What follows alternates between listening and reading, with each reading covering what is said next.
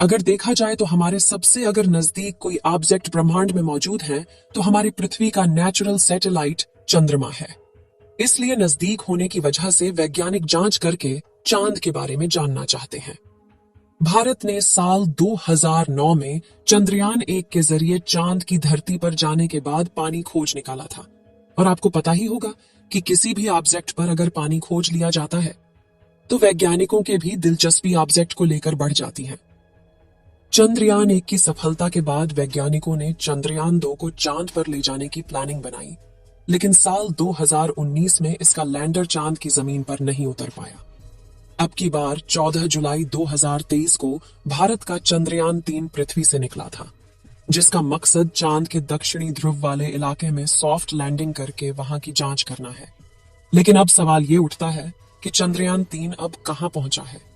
उसका रॉकेट तो पहले ही दिन अलग हो गया था, तब यह इतना ज्यादा रफ्तार में कैसे आगे बढ़ रहा है और उसकी स्पीड को इसरो कंट्रोल कैसे कर रहा है। आखिर उसके अंदर कितना फ्यूल है और वह चांद पर कब तक पहुंच जाएगा। चांद पर जाने के बाद भारत के वैज्ञानिकों को क्या भेजने वाला है। तो दोस्तों, इस वीडियो रिपोर्ट में सभी बातों का खुलासा करने वाले हैं और सभी रहस्य का पर्दा उठाने वाले हैं। आप देख रहे हैं जीके दृष्टि यूट्यूब चैनल। दोस्तों, जब कोई अंतरिक्ष यान पृथ्वी से निकलकर किसी दूसरी दुनिया की ओर अपना रास्ता तय करता है तो वह सीधा अपने लक्ष्य तक नहीं जा सकता। इसलिए पहले वो अंडाकार कक्षा में पृथ्वी की परिक्रमा करता है। इस प्रकार 5 राउंड काटकर पृथ्वी से धीरे धीरे दूर चला जाता है। चंद्रयान 3 के साथ भी ऐसा ही किया गया है। चंद्रयान 3 पृथ्वी के चारों ओर अंडाकार राउंड काटता हुआ चंद्रमा के नजदीक जा रहा है। करीब 6 राउंड काटकर यह पृथ्वी की कक्षा से बाहर निकल जाएगा। अभी हाल फिलहाल में इसरो की ताजा जानकारी के मुताबिक चंद्रयान 3 पृथ्वी के अंतिम राउंड में पहुंच चुका है, यानी कि पृथ्वी के चारों ओर यह लास्ट राउंड काटकर सीधा चांद के रास्ते पर निकल पड़ेगा, जैसे कि आप इस वीडियो में देख सकते हैं। चंद्रयान करीब 31 जुलाई को पृथ्वी और चांद के चारों ओर इन सारे चक्करों को पूरा कर लेगा। अब आप सोच रहे होंगे कि चंद्रयान 3 को चांद पर भेजने के लिए बनाया गया है, तो फिर इसे पृथ्वी के चारों ओर क्यों घुमाया जा रहा है, सीधे चांद पर क्यों नहीं भेज दिया जा रहा।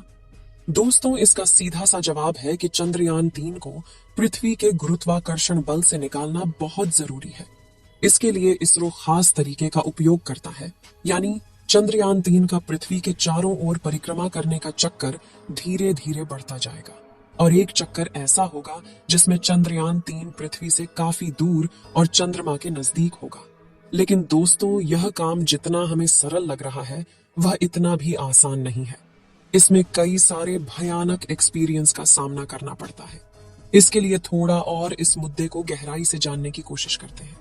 आपने पूरी प्रक्रिया तो समझ लिया, लेकिन आप ये सब नहीं जान पाए होंगे कि चंद्रयान 3 तो अभी अंतरिक्ष में है और इसरो इसकी कक्षा को बदल लेगा कैसे। चलिए आपको बताते हैं। दरअसल वैज्ञानिकों को इन बातों के बारे में पहले से ही पता होता है, इसलिए इसरो ने चंद्रयान 3 की दिशा और कक्षा बदलने के लिए उसमें थ्रस्ट लगाए थे। इन थ्रस्टों को चालू करके इसरो चंद्रयान 3 की दिशा और गति को नियंत्रित कर सकता है। एक दिन ऐसा होगा जब चंद्रयान 3 पृथ्वी से 1 लाख किलोमीटर दूर चला जाएगा और फिर आपको यह रास्ता दिख रहा है। चंद्रमा और पृथ्वी के बीच के इस रास्ते पर चंद्रयान मुसाफिर चल पड़ेगा।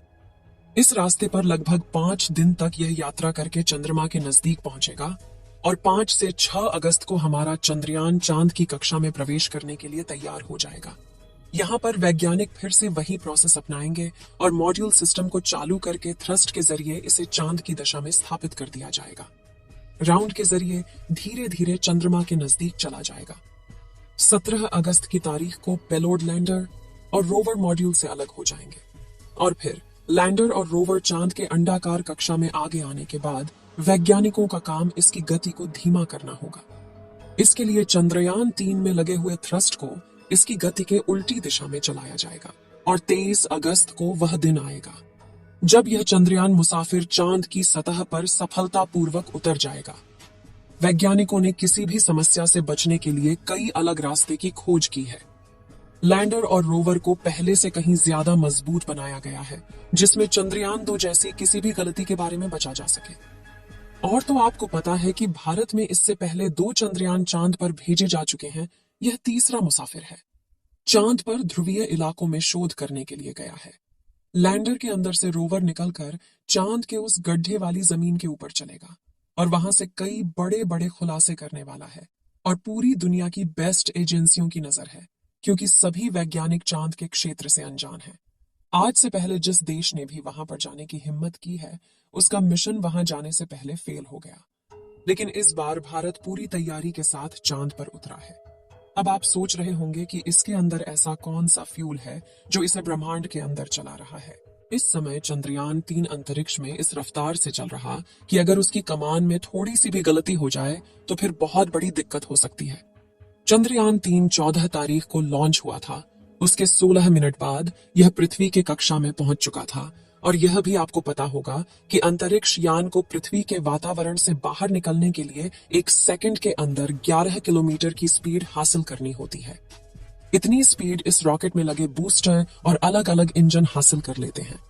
अब आपको बता दें कि रॉकेट में जो फ्यूल था वह क्रायोजेनिक स्टेज से अलग होते ही खत्म हो चुका है।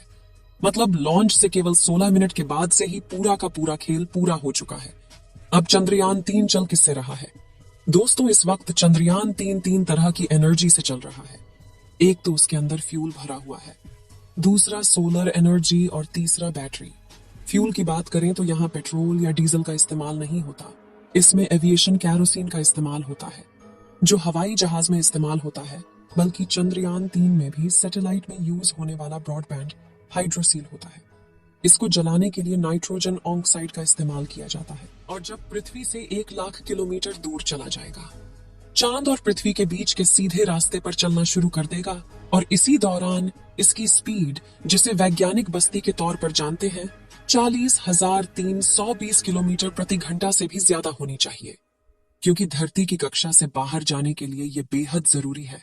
अगर ऐसा नहीं होता तो हमारी धरती चंद्रयान 3 को वापस अपनी ओर खींच लेगी और यह मिशन बर्बाद हो सकता है।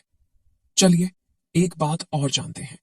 जब इसरो वैज्ञानिक इसके इंजन को फिर से चालू करेंगे तो इसके प्रोपल्शन मॉड्यूल में 2 बड़े इंजन टैंक लगे हुए हैं, जिनको जलाने से ऊर्जा मिल रही है। इसरो के वैज्ञानिक उस दिन का इंतजार कर रहे हैं जिस दिन चंद्रयान 3 और चंद्रमा अंतरिक्ष में एक लाइन में अंदर आ जाएं। एक लाइन में आने के बाद इसे पृथ्वी की कक्षा से निकालकर चांद के रास्ते रवाना कर दिया जाएगा। और फिर 17 अगस्त के आसपास इसरो के वैज्ञानिक कोशिश करेंगे कि चंद्रयान 3 की कक्षा को पकड़ लिया जाए। नहीं तो 40,320 किलोमीटर प्रति घंटे की रफ्तार से चंद्रमा को छोड़कर ये आगे निकल सकता है, यानी उससे भी आगे निकल सकता है। और अगर ऐसा हुआ तो सब कुछ बेकार हो सकता है। इसलिए यहाँ पर कदम कदम पर वैज्ञानिकों को सावधानी रखनी होगी।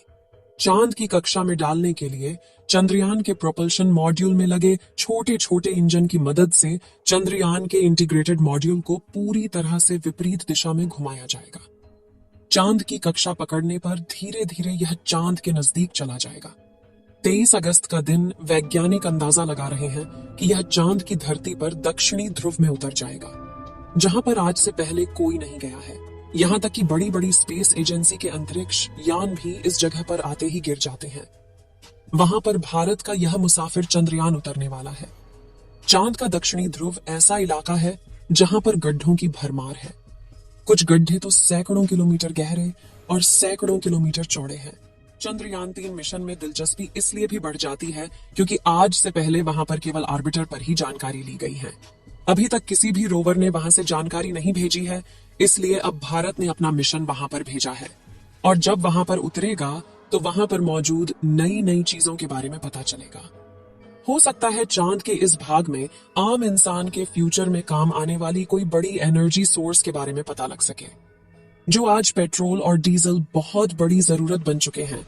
अगर वहां तीसरा एनर्जी सोर्स मिल जाए तो इसकी कमी को पूरा किया जा सकता।